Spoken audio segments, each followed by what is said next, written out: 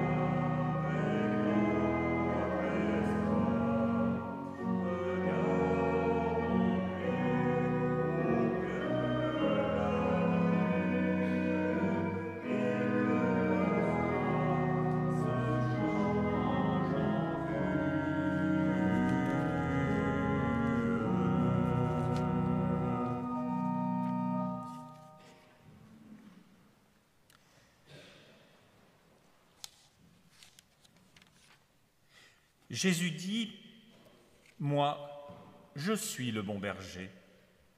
Le bon berger donne sa vie pour ses brebis. Celui qui ne travaille que pour de l'argent n'est pas vraiment le berger. Les brebis ne lui appartiennent pas. Il les abandonne et s'enfuit quand il voit venir le loup. Et le loup se jette sur les brebis et disperse le troupeau. Cet homme ne travaille que pour de l'argent et ne se soucie pas des brebis.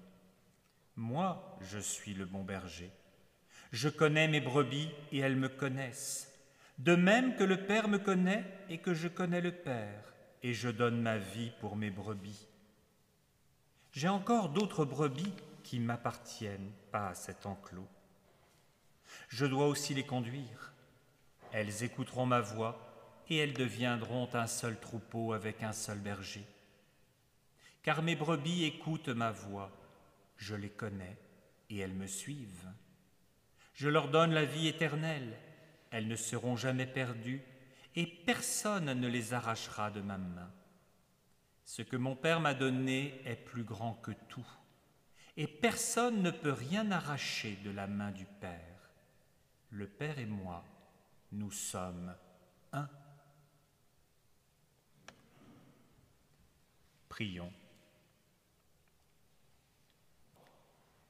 Seigneur, je te loue de me surprendre quand je suis habitué. Je te loue de me reprendre quand je suis égaré. Je te loue de me prendre quand je suis perdu. Je te loue d'être un Dieu vivant qui se met en quête de l'homme, non pas un Dieu qui demeure, mais un Dieu qui vient. Je te loue d'être moins le but que le chemin, moins le terme que la brèche, moins l'horizon que la marche. Dieu vivant, tu es vivifiant. Apprends-moi à voyager ma vie le cœur en alerte, l'esprit en éveil, le corps en souplesse, comme celui qui a encore à s'enchanter d'être sur la terre des vivants. Amen. Je vous propose de chanter le psaume 95. Psaume 95. Réjouissons-nous au Seigneur.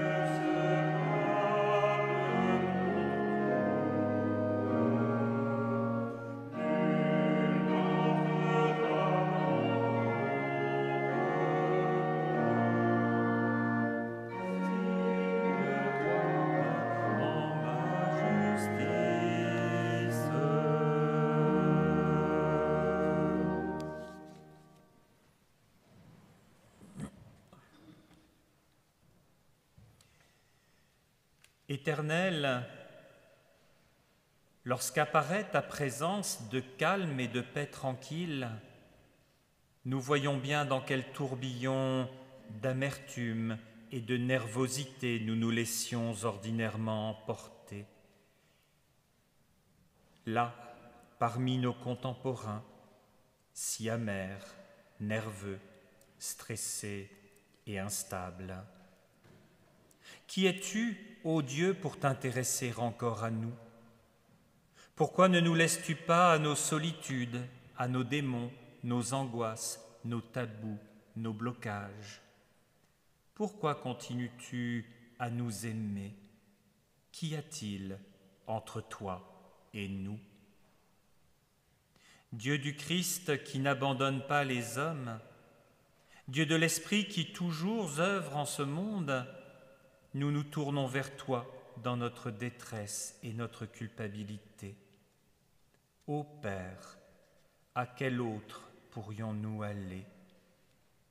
Dieu du pardon, de l'espérance, de la paix, Dieu de relèvement, c'est toi qui as les paroles de la vie éternelle.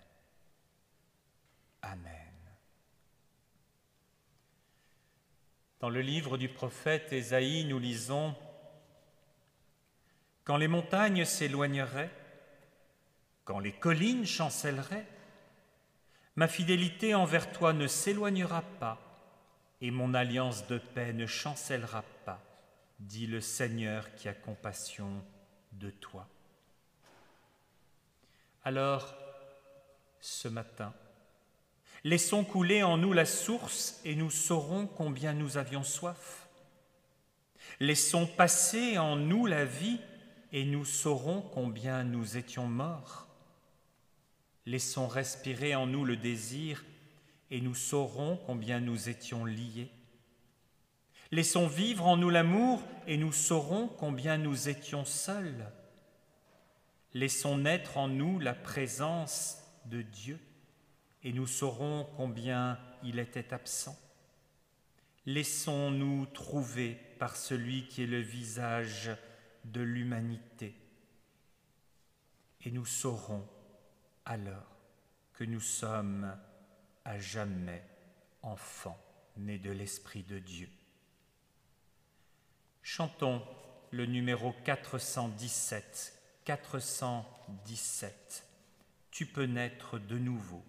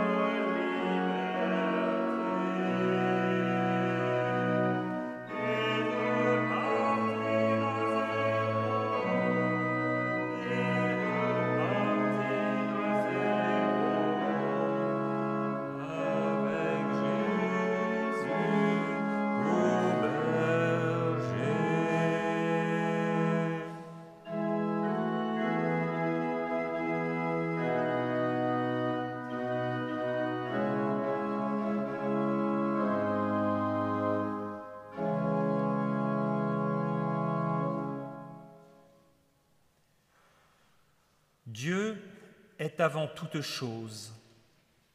Il est au-delà de toute chose. Il est en toute chose. Et nous y reconnaissons sa présence. Dans les textes anciens d'Israël, dans les oracles des prophètes, dans les vies des hommes et des femmes, dans l'histoire des peuples, fiers de leur puissance ou se débattant dans leur faiblesse, nous reconnaissons sa présence. En Jésus de Nazareth, dans sa compassion pour les exclus, dans son pardon pour les coupables, dans son dynamisme pour les pauvres et les affamés, dans sa vie consacrée aux autres, sa vie brisée par l'indifférence et le mépris, nous reconnaissons sa présence. Avec les innombrables hommes et femmes qui l'ont loué avant nous, les prophètes et les apôtres, les disciples et les martyrs, nous célébrons la puissance de sa bonté et la force de sa compassion. Amen.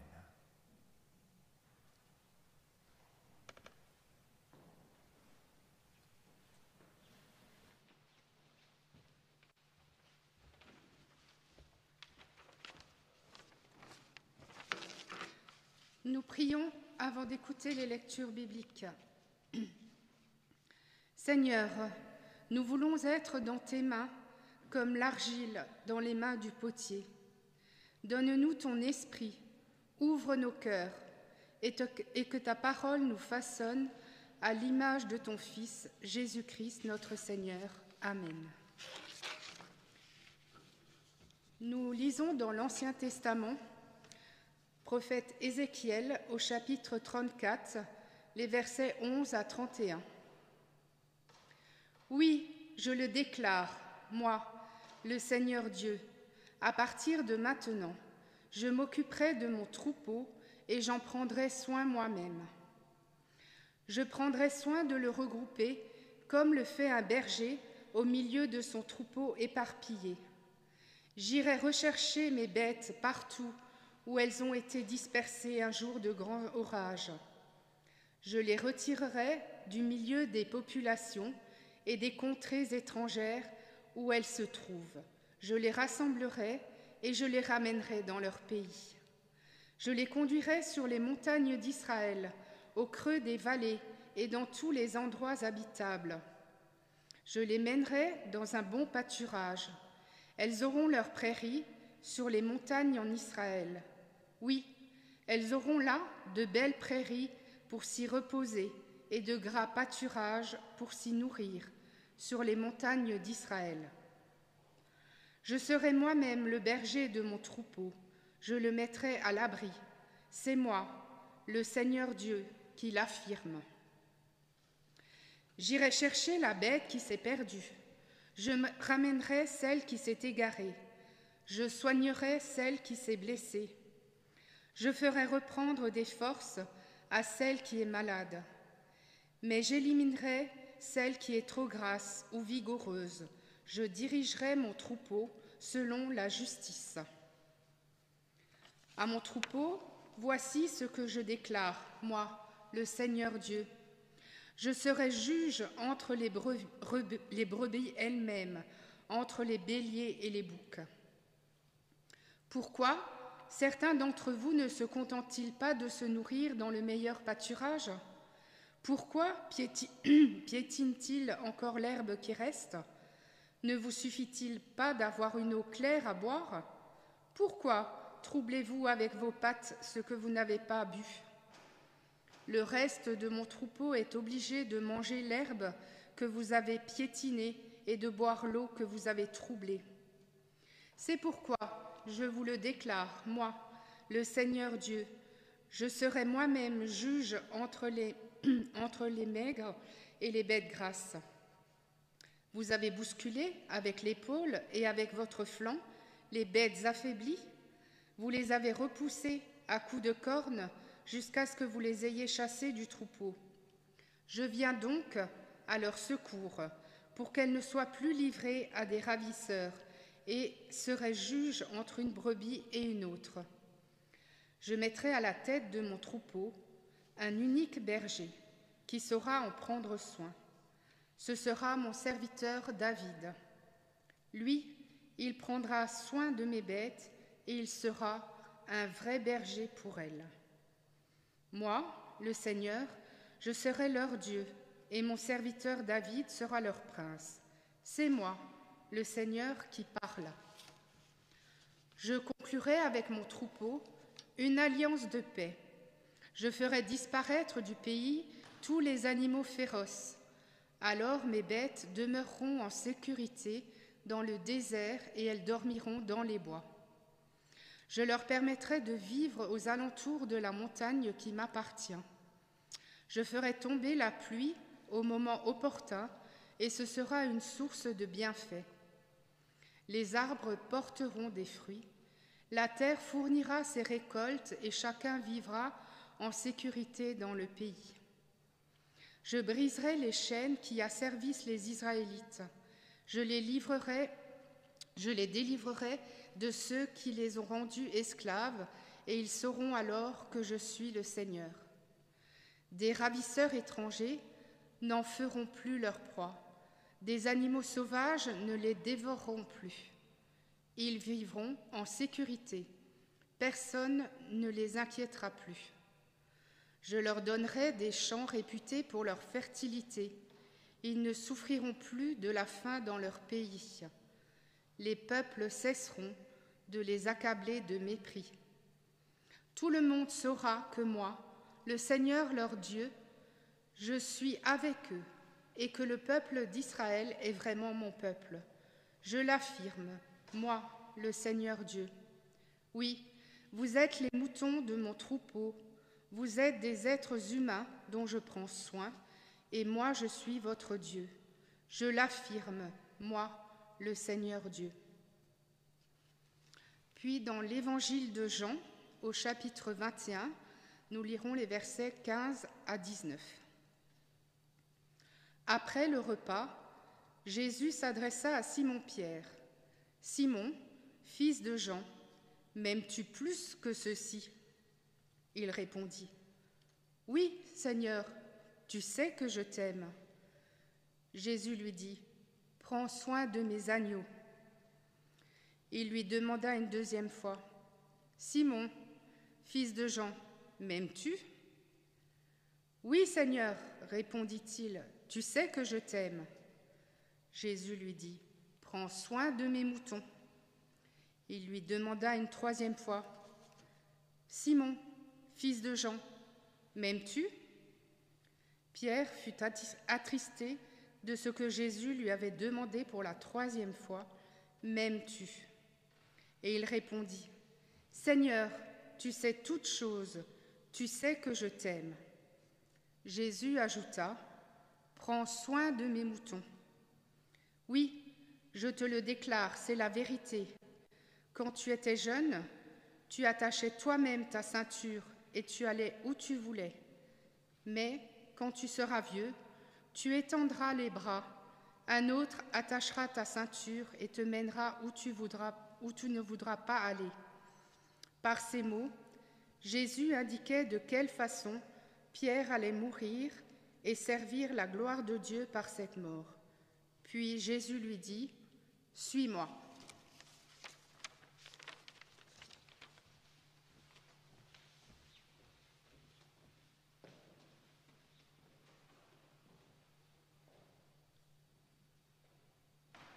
Voilà quelques années déjà que les scénaristes de films et de séries d'outre-Atlantique, dont les héros sont des lycéens ou des étudiants, ont pris l'habitude de recourir aux mêmes petits stratagèmes pour l'écriture de leurs films ou épisodes.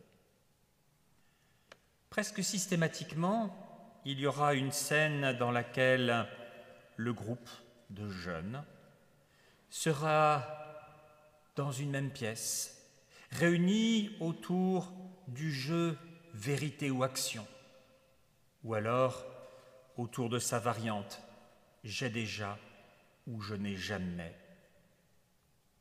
Dans un cas, chacun à son tour doit répondre à la question qui lui est posée, ou s'il préfère ne pas le faire, s'acquitter d'un gage.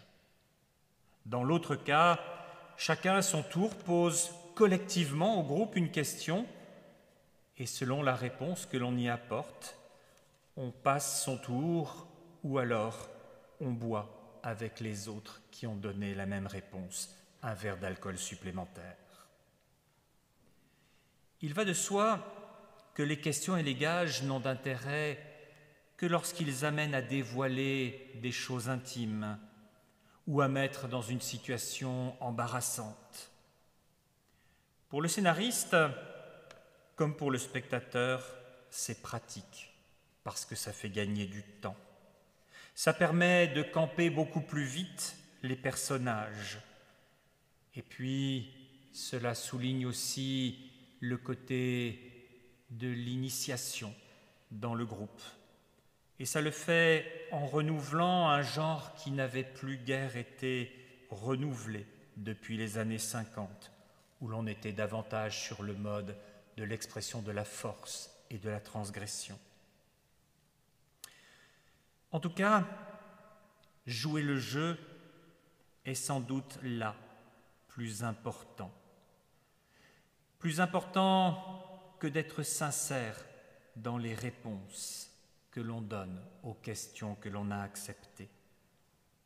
Et c'est ce dernier détail qui fait la différence entre ce jeu, vérité ou action, ou ce je n'ai pas ou j'ai fait ou pensé ou dit quelque chose, et le dialogue que nous avons entendu entre Jésus et Pierre. Le dialogue entre Jésus et Pierre n'a de sens que parce que Pierre accepte les règles de l'échange et ne triche pas. La question posée est de celles qui appartiennent au registre de la vérité, d'une vérité qui ne se distingue pas de l'action. M'aimes-tu ? M'aimes-tu ? C'est souvent une question rhétorique. On en connaît déjà la réponse. Quand on est sûr du oui, poser cette question, c'est attendre un geste de l'autre, une marque d'affection ou un engagement. Quand on est sûr intérieurement que la réponse est non, on essaye de susciter par là une espèce d'électrochoc qui amène l'autre à se révéler, à dire sincèrement ce qu'il est pour que la situation évolue. Mais quand c'est le doute qui l'emporte, alors ce que l'on tente, c'est d'aider à une décision. Décision pour soi ou décision pour l'autre. Dans notre texte, Jésus n'a absolument pas besoin de la réponse à la question qu'il pose à Pierre. C'est Pierre qui a besoin de comprendre quelle est la question qui lui est posée et à laquelle il a répondu avant qu'elle ne lui soit posée. Un petit peu comme dans ce jeu idiot qui passait à la télévision il y a quelque temps, où on donnait la réponse et où il fallait trouver la question. Jésus sait l'attachement profond que Pierre a pour lui. Jésus en a déjà eu des preuves manifestes dans les différents élans de foi qui nous ont été rapportés par les évangiles. Souvenez-vous, Pierre, c'est celui qui a confessé avoir reconnu en Jésus le Messie. Pierre, c'est celui qui a eu suffisamment de tripes pour sortir de la barque et marcher sur les eaux de la mer à la suite de Jésus. Je ne suis pas sûr que parmi nous, il y en ait beaucoup qui auraient tenté l'expérience. Mais ce jour-là, Jésus sait qu'il va falloir aller beaucoup plus loin encore. Le temps n'est plus maintenant que la Pâque est passée, maintenant que le temps de l'Ascension approche. Le temps n'est plus aux enseignements et aux miracles délivrés par le Christ lui-même. Et pour les disciples, il va falloir sérieusement changer de braquet. La bonne nouvelle n'est plus pour le petit groupe des disciples et les quelques personnes proches qui les entouraient. La bonne nouvelle doit désormais être annoncée au monde entier. Et ça, c'est une toute autre histoire. Malgré ce que quelquefois on a pu dire ou écrire, Pierre n'a rien d'une girouette. C'est un homme solide, un homme résolu, mais qui n'est ni parfait ni tout-puissant. Pierre est un homme dont la réponse ne varie pas. Elle reste honnête malgré la pression. Ici, alors que Jésus lui demande s'il l'aime, 3 fois, Pierre, avec d'autres mots, affirme son attachement. 3 fois, il l'affirme en reprenant les mêmes termes. Pierre ne cède pas à la tentation de se faire mousser en quelque part s'accordant à lui-même plus qu'il n'a à offrir. Pierre ne cède pas non plus à la tentation d'avoir la paix en se prononçant sur un engagement qu'il sait très bien ne pas pouvoir tenir.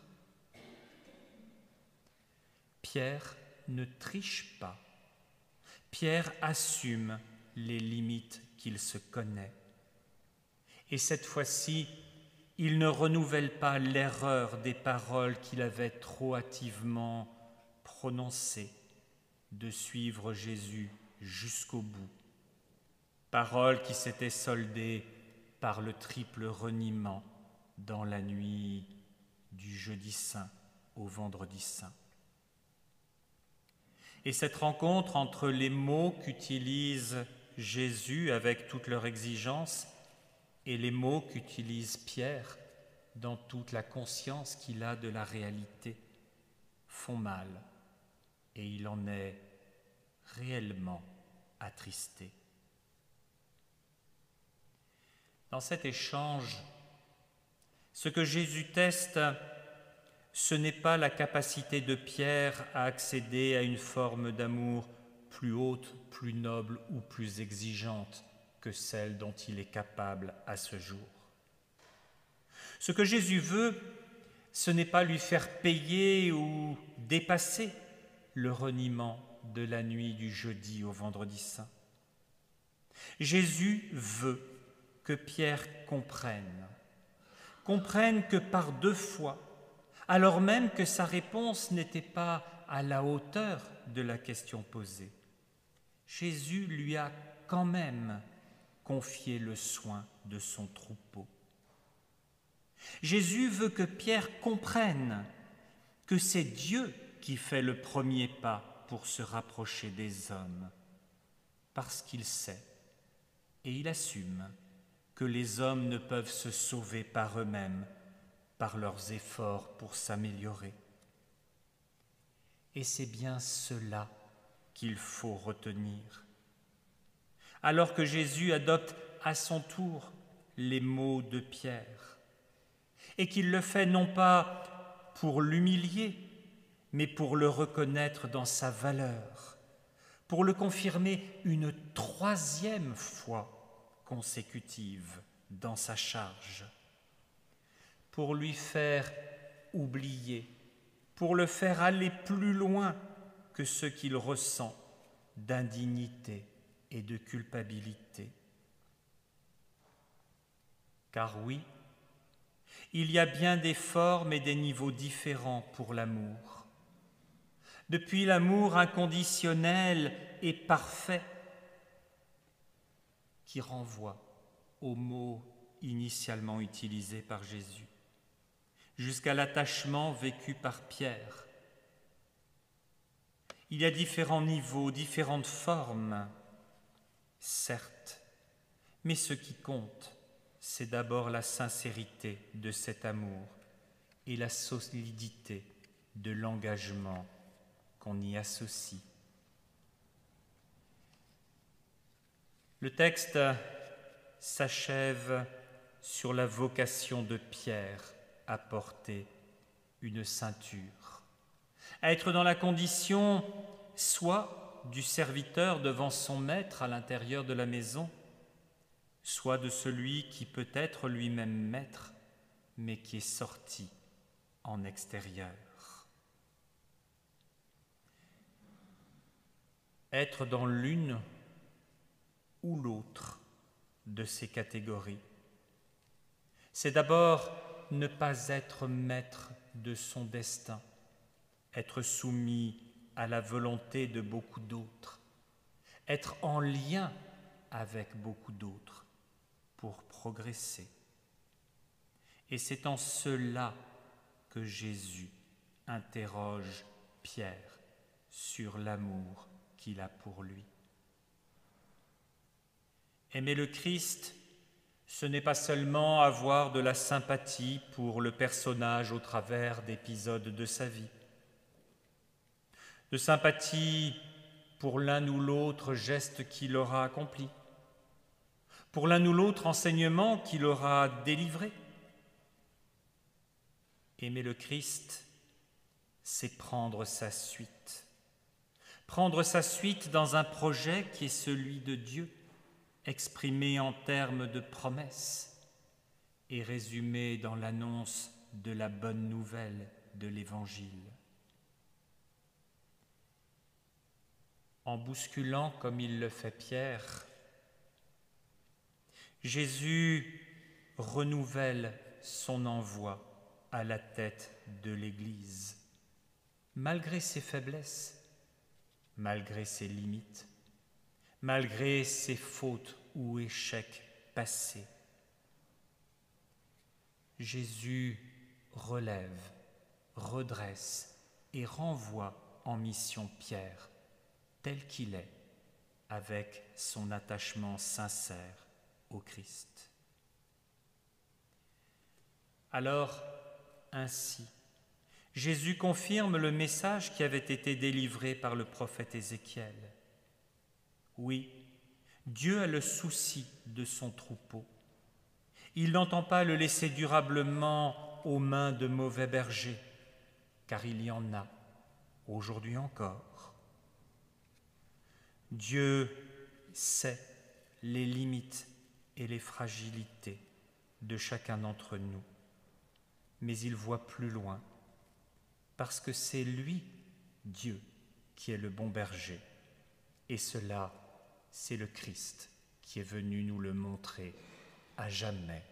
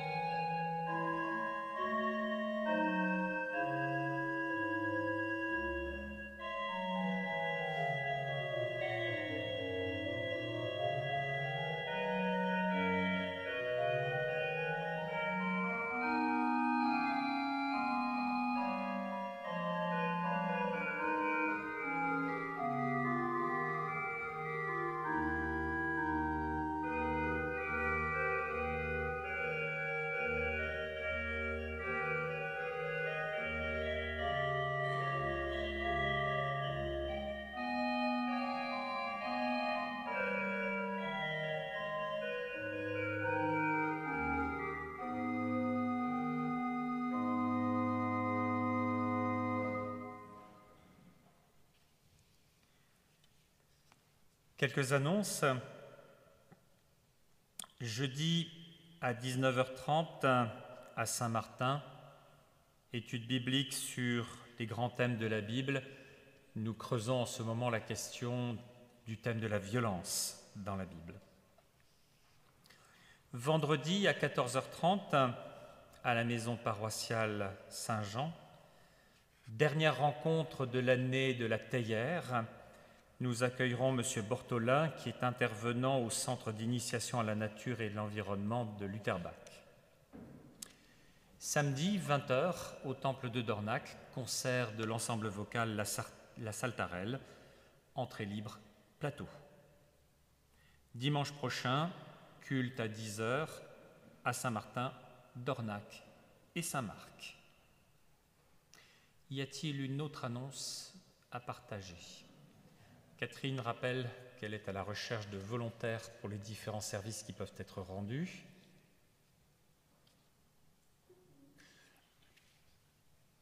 Il y a plein de choses, je ne sais plus exactement la date, mais c'est toute la semaine prochaine.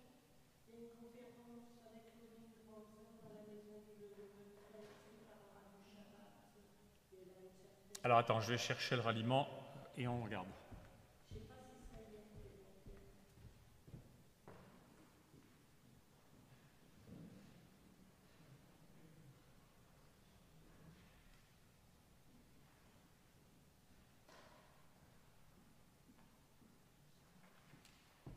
Alors ça n'y est pas.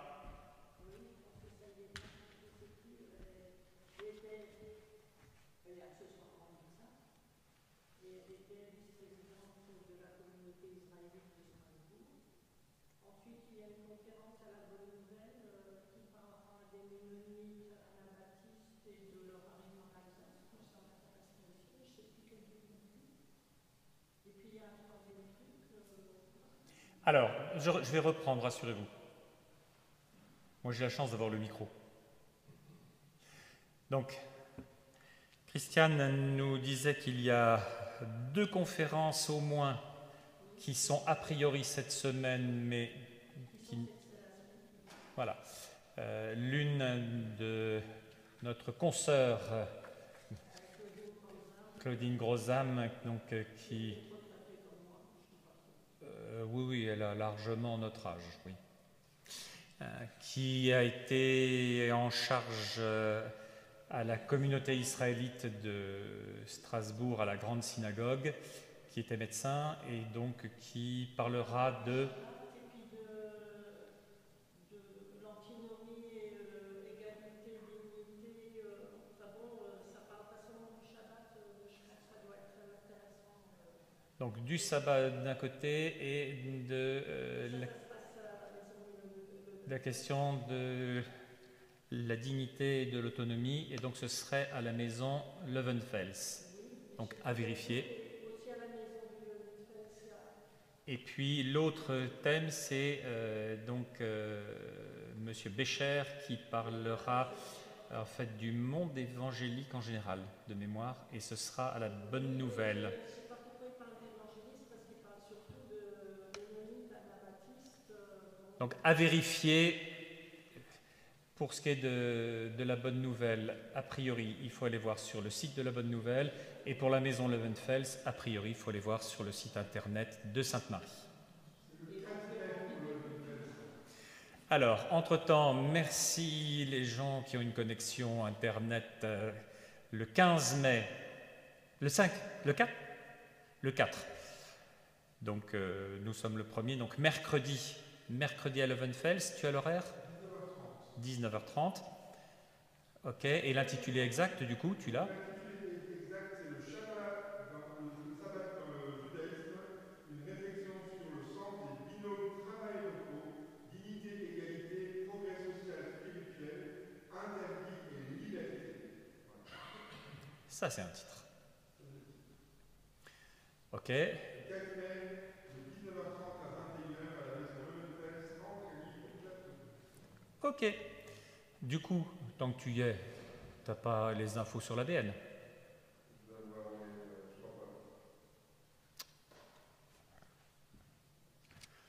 Le temps qui cherche, on peut prendre le chant suivant, le numéro 416. 416, Ô Seigneur, ta voix m'appelle.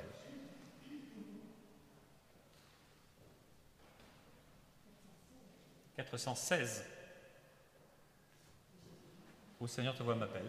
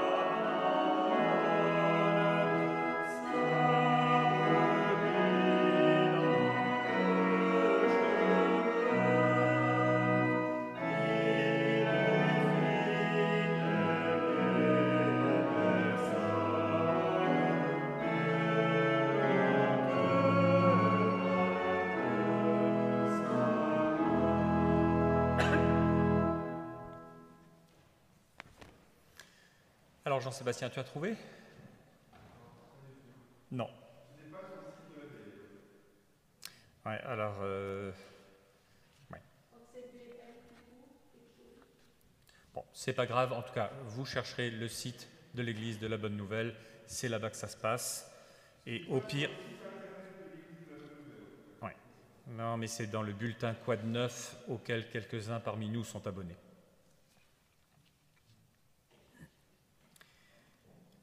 Seigneur, toi qui es le seul vrai bon berger, donne ton esprit aux personnes que tu t'es choisies et consacrées, afin qu'elles puissent guider ton Église sur le chemin qui mène à toi. Toi qui connais tes brebis, façonne à ton image ceux qui sont de ton troupeau. Comble leur cœur d'un amour obéissant et d'un esprit de service, afin qu'à leur tour, toute leur vie, ils prennent soin de ton troupeau. Toi qui viens chercher les brebis perdues, que tes enfants essayent de s'écouter les uns les autres, de s'approcher de tous ceux qui se sont progressivement éloignés de nos communautés ou n'y ont jamais trouvé leur place, pour quelque raison que ce soit. Que nos paroisses cessent d'être des clubs fermés, sinon des ghettos. Toi qui soignes les brebis blessées, que dans ton amour, chacun ait un regard attentif sur son voisin, qu'un même sentiment d'humanité nous pousse inlassablement à la compassion et à la bienveillance au sein de ce monde avec ses espoirs et ses souffrances, sa beauté et ses injustices.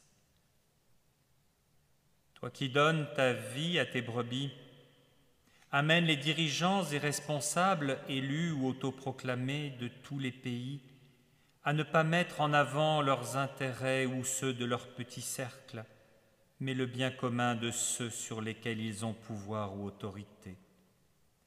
Qu'ils aient à cœur de mener les hommes de ce monde dans le respect de l'ordre de la création, au service de ton projet de vie en abondance, de ton projet d'avenir et d'espérance, qu'ils s'ouvrent à la paix et renoncent à la violence et au chemin de guerre.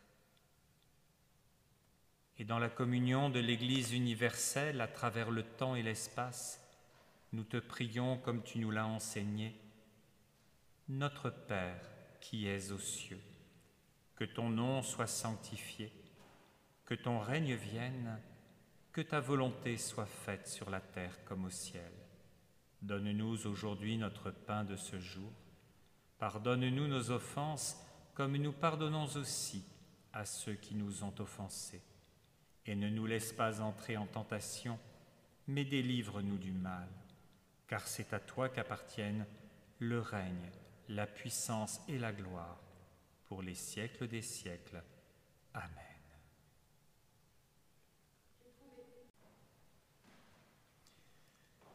Sur nos chemins escarpés comme sur nos grandes routes, à l'intérieur de nos maisons comme au cœur du monde, parmi nos frères comme au milieu d'inconnus, où que nous soyons, Dieu est là. Où que nous soyons, Dieu nous accompagne et il garde nos pas.